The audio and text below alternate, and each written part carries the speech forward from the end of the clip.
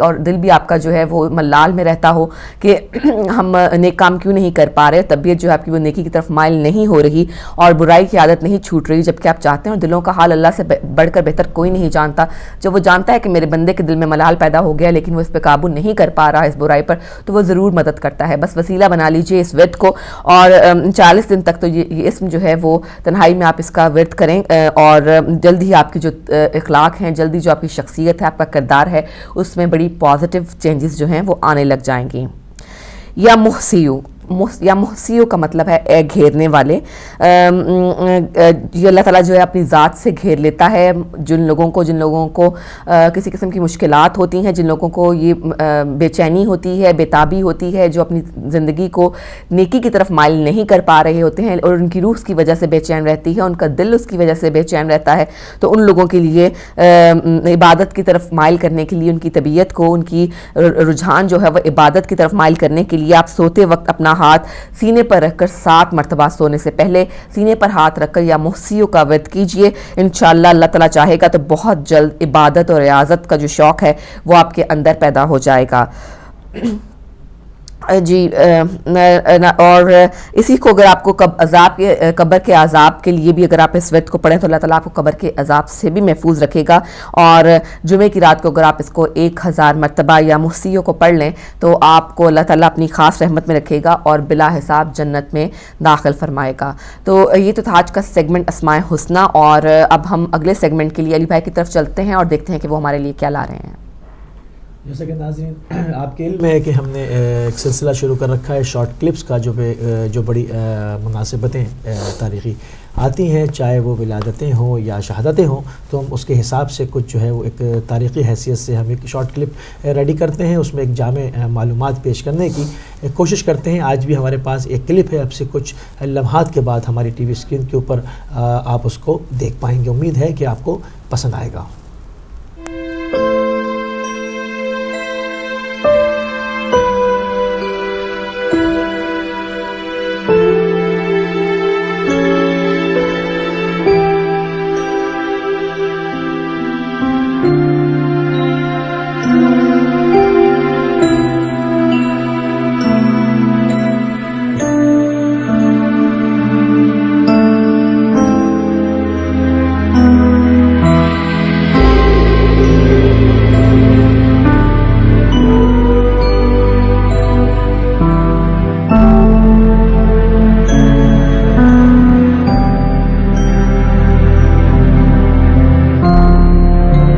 ناظرین السلام علیکم, میں ہوں ذیشان علی. ہم اپنے اس خاص پروگرام اسلامک کیلنڈر میں آپ کا خیر مقدم کرتے ہیں. ناظرین, ہم آپ کو اس پروگرام کے ذریعے ہر مہینے کی اہم تاریخوں کے بارے میں بتاتے ہیں. یہ مہینہ شعبان المعظم کا ہے اور 3 شعبان ہی وہ اہم تاریخ ہے جس دن پیغمبر اکرم حضرت محمد مصطفیٰ صلی اللہ علیہ وآلہ وسلم کے نواسے اور حضرت فاطمہ زہرا سلام اللہ علیہا کے نور نظر حضرت امام حسین علیہ السلام کی ولادت باسعادت ہوئی. لہٰذا آئیے اس عظیم خوشی کے موقع پر آپ کی پاک و پاکیزہ سیرت کے سلسلے میں روشنی ڈالنے کی کوشش کی جائے, تاکہ جو لوگ نہیں جانتے ہیں انہیں بھی معلوم ہو جائے کہ 3 شعبان کی تاریخ اتنی اہم کیوں ہے.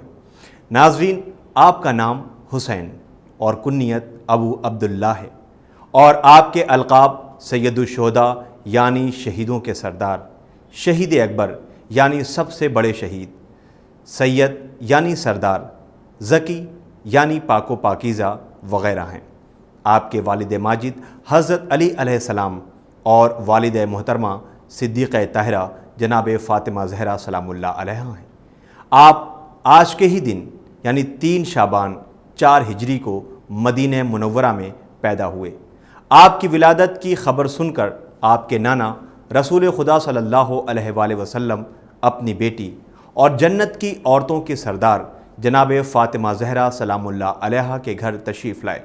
شہزادی نے اپنے بچے کو آپ نے والد رسول خدا صلی اللہ علیہ وآلہ وسلم کے حوالے کر دیا. رسول اللہ صلی اللہ علیہ وآلہ وسلم نے بچے کو اپنی گود میں لیا اور بچے کے دائیں کان میں اذان اور بائیں کان میں اقامت کہی. اسی وقت جبریل امین نازل ہوئے اور فرمایا, یا رسول اللہ، اللہ نے آپ کو سلام کہا ہے اور فرماتا ہے کہ علی کو آپ سے وہی نسبت حاصل ہے جو ہارون کو موسیٰ سے تھی، لہٰذا اس بچے کا نام ہارون کے بیٹے شبیر کے نام پر حسین رکھیے۔ آپ نے اللہ کے حکم پر اپنے نواسے کا نام حسین رکھا۔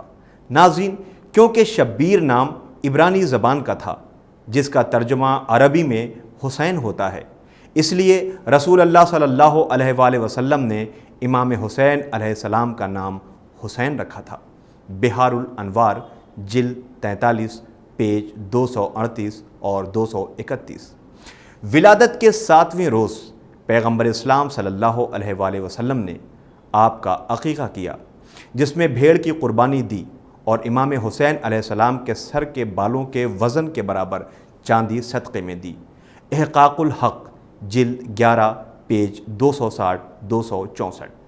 رسول اللہ صلی اللہ علیہ وآلہ وسلم اس بچے کے منہ میں 40 دن تک کبھی اپنا انگوٹھا اور کبھی اپنی زبان مبارک دیتے تھے، اور وہ چھوٹا سا بچہ بہت خوش ہوتا تھا اور دیر تک چوستا رہتا تھا اور اس سے اپنا رزق حاصل کرتا تھا۔ اس لیے رسول خدا صلی اللہ علیہ وآلہ وسلم کہتے تھے کہ حسین کا گوشت اور خون میرے ذریعے پروان چڑھا ہے۔ یہ ایک ایسا بچہ ہے کہ جس کی ولادت کے موقع پر فرشتے آسمان سے زمین پر تشریف لا کر پیدائش کی مبارکباد کے ساتھ ساتھ کربلا میں ہونے والی شہادت کی تعزیت بھی رسول اللہ صلی اللہ علیہ وآلہ وسلم کو پیش کی۔ اللحوف سید ابن طاؤس پیج 17۔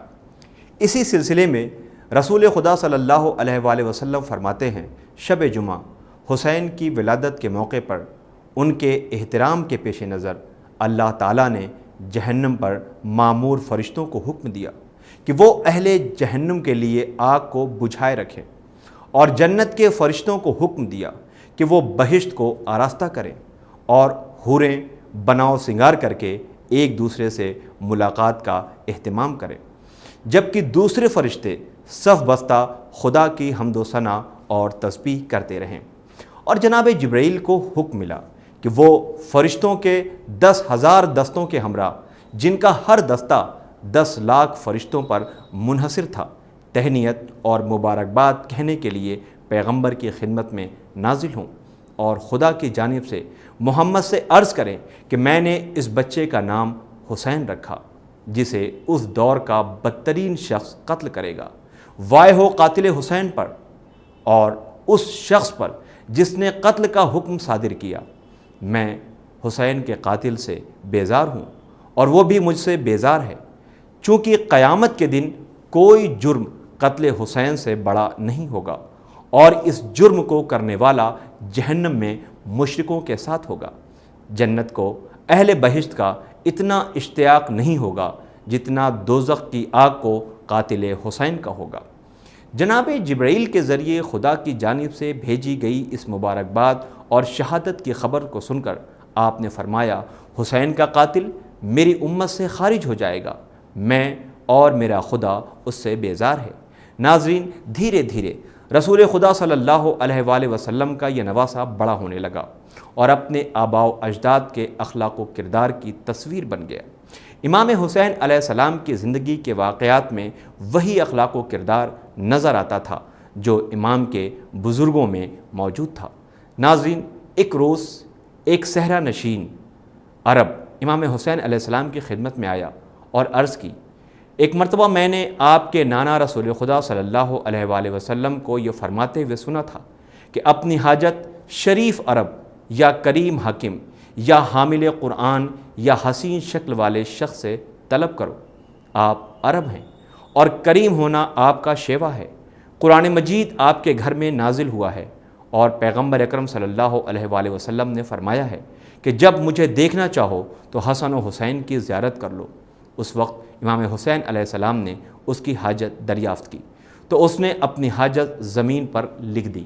آپ نے فرمایا، میں نے رسول اکرم صلی اللہ علیہ وآلہ وسلم سے سنا ہے، جود و کرم مانگنے والے کی معرفت اور پہچان کے مطابق کیا جاتا ہے، اور میرے والد گرامی فرماتے ہیں، انسان کی قدر و منزلت اس کے احسان و بھلائی کے کام سے ہوتی ہے۔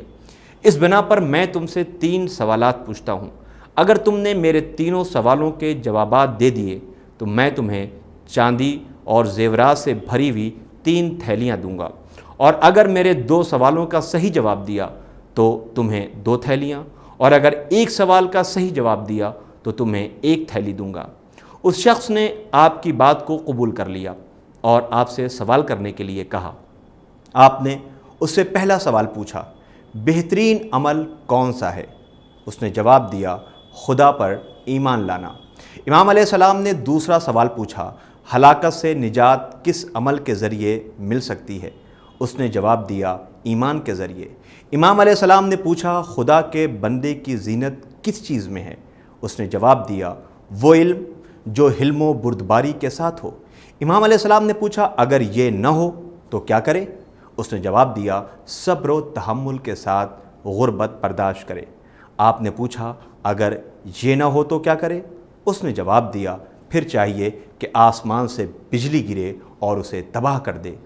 اس وقت امام حسین علیہ السلام مسکرائے اور انہوں نے اسے چاندی اور سونے سے بھری ہوئی 3 تھیلیاں دے دیں۔ احقاق الحق جلد 11 پیج 440 444۔ فضائل الخمسہ من صحاح ستہ جلد 3 پیج 270۔ ناظرین، یہ ہے رسول اللہ صلی اللہ علیہ وآلہ وسلم کے نواسے جو اچھی طرح جانتے تھے کہ وہ شخص ضرورت مند ہے اور علم بھی رکھتا ہے اور میرے سوالوں کا جواب بھی دے دے گا، اس لیے آپ نے اس سے سوال پوچھ کر اس کی عزت نفس کو بھی بچایا اور اس کی ضرورت بھی پوری کر دی، اور وہ خوشی تھیلیاں لے کر چلا گیا۔ امام حسین علیہ السلام بھی اپنے آباء و اجداد کی طرح فقراء و مساکین کا خیال رکھتے تھے۔ یہی وجہ ہے کہ آپ نے اس شخص کی عزت کو محفوظ رکھتے ہوئے اس کی مدد کی تھی۔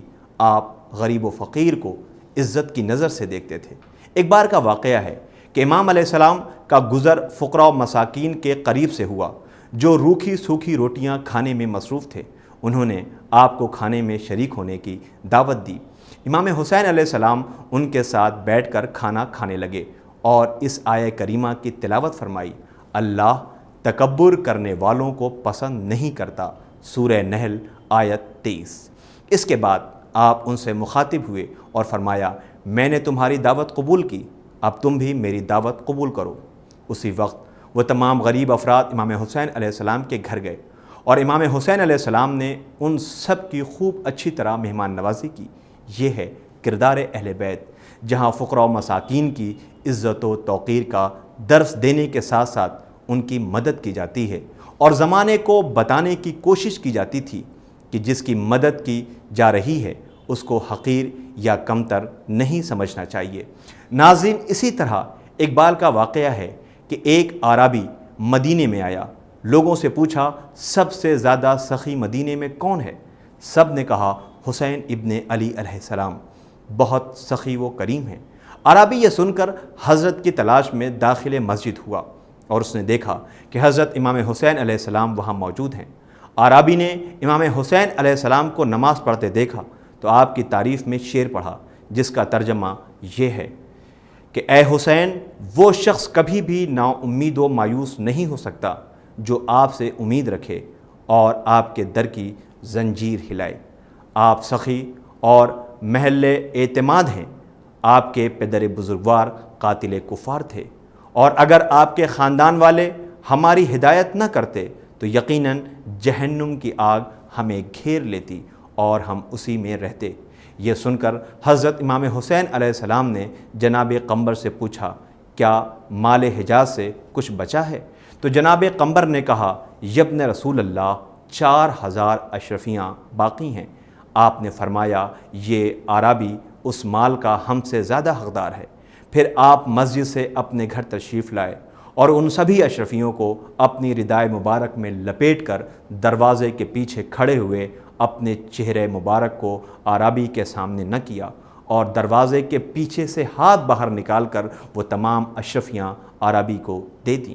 اور آپ نے بھی ایک شعر پڑھا جس کا ترجمہ یہ ہے کہ اے اعرابی، اس کو اپنے پاس رکھ لو، میں تیرے آگے عذر خواہ ہوں کہ تیرا حق مجھ سے ادا نہ ہوا۔ یقین جان کہ میں تیرے حال پر بہت مہربان ہوں۔ اگر آج ہمارے پاس حکومت ہوتی اور ہمارا حق غصب نہ ہوا ہوتا تو تو دیکھتا کہ ہمارا ابر کرم تجھ پر کس طرح برستا، لیکن کیا کریں کہ زمانے نے ہمارا حال بدل دیا ہے اور ہمارا ہاتھ ان دنوں بہت خالی ہے۔ عربی نے حضرت سے وہ دینار حاصل کیے اور رونے لگا۔ امام علیہ السلام نے فرمایا، اے عربی، تو اس لیے روتا ہے کہ یہ دینار کم ہے؟ عربی نے کہا، نہیں مولا، اس لیے نہیں روتا، بلکہ اس لیے روتا ہوں کہ ایسے سخی کے ہاتھ کیوں کر خاک میں چھپ جائیں گے۔ بحار الانوار جلد 1 پیج 29۔ یہ ہے حضرت امام حسین علیہ السلام کا کردار و اخلاق، جسے دیکھ کر آنے والا عربی اپنے آنسوؤں کے ذریعے زمانے کو بتا رہا ہے کہ واقعاً یہ وہ لوگ ہیں جو زمین پر اللہ کی حجت اور رسول خدا صلی اللہ علیہ وآلہ وسلم کے حقیقی جانشین ہیں، جن کا ہر عمل قرآن اور رسول کی سنت کے مطابق ہے، اور اسی اخلاق و کردار کی روشنی میں اسلام پھلا اور پھولا ہے۔ آئیے اس خوشی کے موقع پر امام حسین علیہ السلام کے چند اقوال زرعی پیش کرتے ہیں، جس میں نصیحت، علم و حکمت، عبادت کی باتیں بتائی گئی ہیں۔ آپ نے فرمایا، اے لوگوں، جس نے کرم کیا اس نے بزرگی پائی، اور جس نے کنجوسی سے کام لیا اس نے ذلت و پستی اٹھائی۔ کشف الغمہ جلد 2 پیج 205۔ آپ فرماتے ہیں، بے شک لوگوں میں سب سے زیادہ کریم وہ ہے جو ایسے لوگوں کو دے جن سے کسی صلے کی امید نہیں ہے۔ کشف الغمہ جلد 2 پیج 205۔ آپ فرماتے ہیں، جو خدا کو غضب میں لا کر خدا کی خوشنودی حاصل کرتا ہے، خدا اسے لوگوں کے سہارے پر چھوڑ دیتا ہے۔ بحار الانوار جلد 71 پیج 208۔ آپ فرماتے ہیں، جو شخص اپنے بھائی کے ساتھ بھلائی کرنے میں اجلت سے کام لے گا، میدان قیامت میں وارد ہوتے ہی اس نیکی کو پا لے گا۔ کشف الغمہ جلد 2 پیج 29۔ بحار الانوار جلد 78 پیج 121۔ آپ فرماتے ہیں، اے لوگوں، اگر کوئی ایسے ظالم حکمران کو دیکھے جو حرام خدا کو حلال سمجھتا ہے، خدائی پیمان کو توڑتا ہے، رسول خدا کی سنت کے خلاف عمل کرتا ہے، بندگان خدا کے درمیان گناہ اور ظلم انجام دیتا ہے، اور وہ اپنے قول و کردار سے اس کی مخالفت نہ کرے، تو یقیناً خدا اسے اس ظالم حکمران کے ساتھ شمار کرے گا۔ احقاق الحق جلد 11 پیج 209۔ آپ فرماتے ہیں، جو نیکی کا کام کرتا ہے خدا بھی اس کے ساتھ نیکی کرتا ہے، اور نیکی کرنے والے خدا کے نزدیک محبوب ہیں۔ کشف الغمہ جلد 2 پیج 205۔ بحار الانوار جلد 78 پیج 121۔ آپ فرماتے ہیں، اسلام کی تباہی کا سامان اسی وقت ہو گیا جب اسلامی امت یزید جیسے شخص کی حکمرانی میں گرفتار ہوئی۔ کشف الغمہ جلد 44 پیج 346۔ آپ فرماتے ہیں، ذلت کی زندگی سے عزت کی موت بہتر ہے۔ آپ فرماتے ہیں، اے پروردگار، جس نے تجھے کھو دیا اس نے کیا پایا، اور جس نے تجھے پا لیا اس نے کیا کھویا۔ آپ فرماتے ہیں، میں موت کو سعادت اور ظالموں کے ساتھ زندگی کو اذیت سمجھتا ہوں۔ ناظرین، آج کا ایپیسوڈ یہیں پر ختم ہوتا ہے۔ انشاءاللہ اگلی تاریخ کی مناسبت سے ہم پھر حاضر ہوں گے۔ تب تک کے لیے ہمیں اجازت دیجیے۔ خدا حافظ۔